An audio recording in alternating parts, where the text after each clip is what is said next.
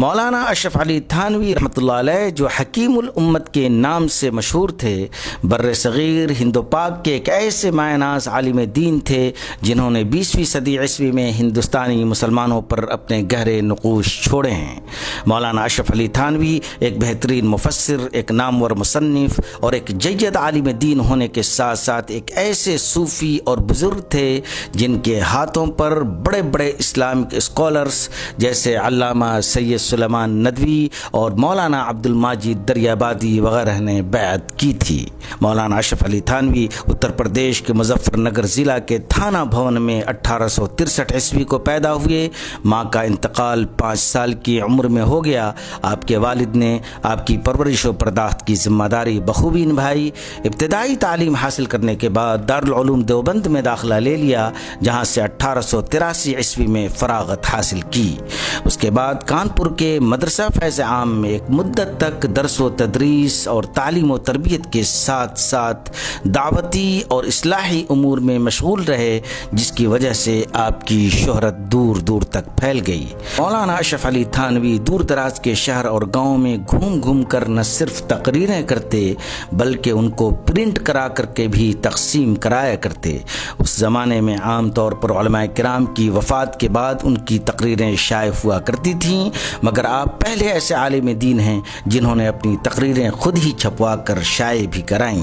1897 عیسوی میں مدرسہ فیض عام کانپور چھوڑ کر آپ اپنے آبائی وطن تھانہ بھون آ گئے۔ اپنے پیر و مرشد حاجی امداد اللہ مہاجر مکی جو 1857 کے خونی انقلاب کے بعد مکہ ہجرت کر گئے تھے کی خانقاہ کو از سر نو آباد کیا اور مدرسہ اشرفیہ کے نام سے ایک درسگاہ کی بنیاد رکھی، جہاں آخری دم تک تصنیف و تالیف اور بیعت و ارشاد میں مصروف رہے۔ 1906 عیسوی میں مولانا احمد رضا خان بریلوی اور دوسرے بریلوی علماء نے مولانا اشرف علی تھانوی اور دیگر دیوبندی علماء کے خلاف کفر کا فتویٰ صادر کیا اور اس پر حرمین شریفین کے بہت سے علماء سے تصدیق اور تقریض لکھوائی اور اسے حسام الحرمین کے نام سے شائع کیا۔ یہی وہ کتاب ہے جس کے چھپنے کے بعد بر صغیر ہند و پاک میں دیوبندی اور بریلوی فرقوں کا جنم ہوا۔ اس کے جواب میں علماء دیوبند کی طرف سے مولانا خلیل احمد سہارنپوری نے المہند علی المفند لکھی، جس پر دیوبند کے تمام بڑے علماء نے دستخط کیے اور مولانا اشرف علی تھانوی رحمۃ اللہ علیہ بھی اس میں شامل تھے۔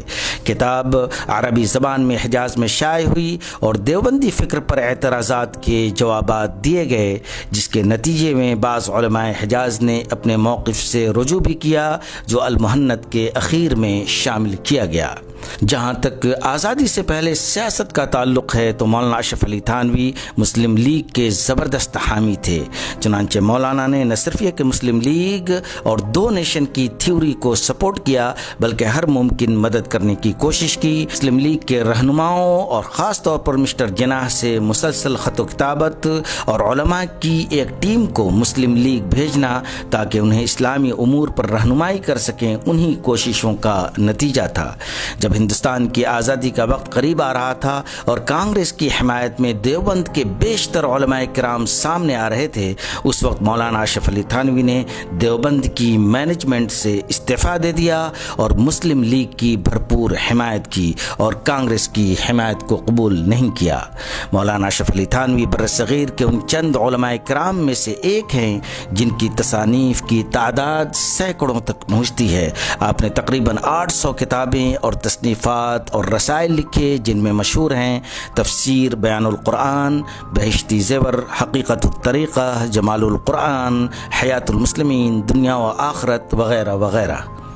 کسی بھی عظیم شخصیت کی عظمت کا اندازہ لگانا ہو تو اس کے معاصرین کی رائے اور اس کے شاگردوں اور مریدوں کی علمی عظمت بہت ہی اہمیت کی حامل ہے۔ چنانچہ شاعر مشرق علامہ اقبال مولانا اشرف علی تھانوی کے بارے میں کہتے ہیں کہ آپ علم میں ایک اتھارٹی تھے۔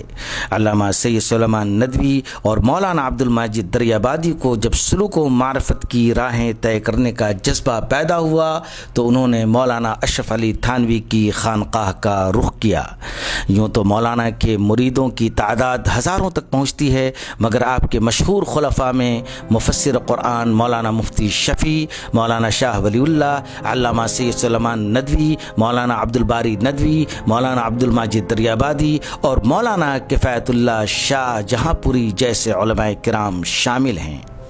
تصوف، سلوک، علم و عمل، تصنیف و تالیف اور دعوت و ارشاد کا ہندوستان کا یہ روشن ستارہ 83 سال کی عمر میں 20 جولائی 1943 عیسوی کو ہمیشہ ہمیشہ کے لیے اس دنیا سے رخصت ہو گیا۔ اللہ تعالیٰ آپ کی قبر کو نور سے منور کرے اور آپ کی خدمات اور شاندار کارناموں کا اجر عظیم آپ کو عطا فرمائے، آمین۔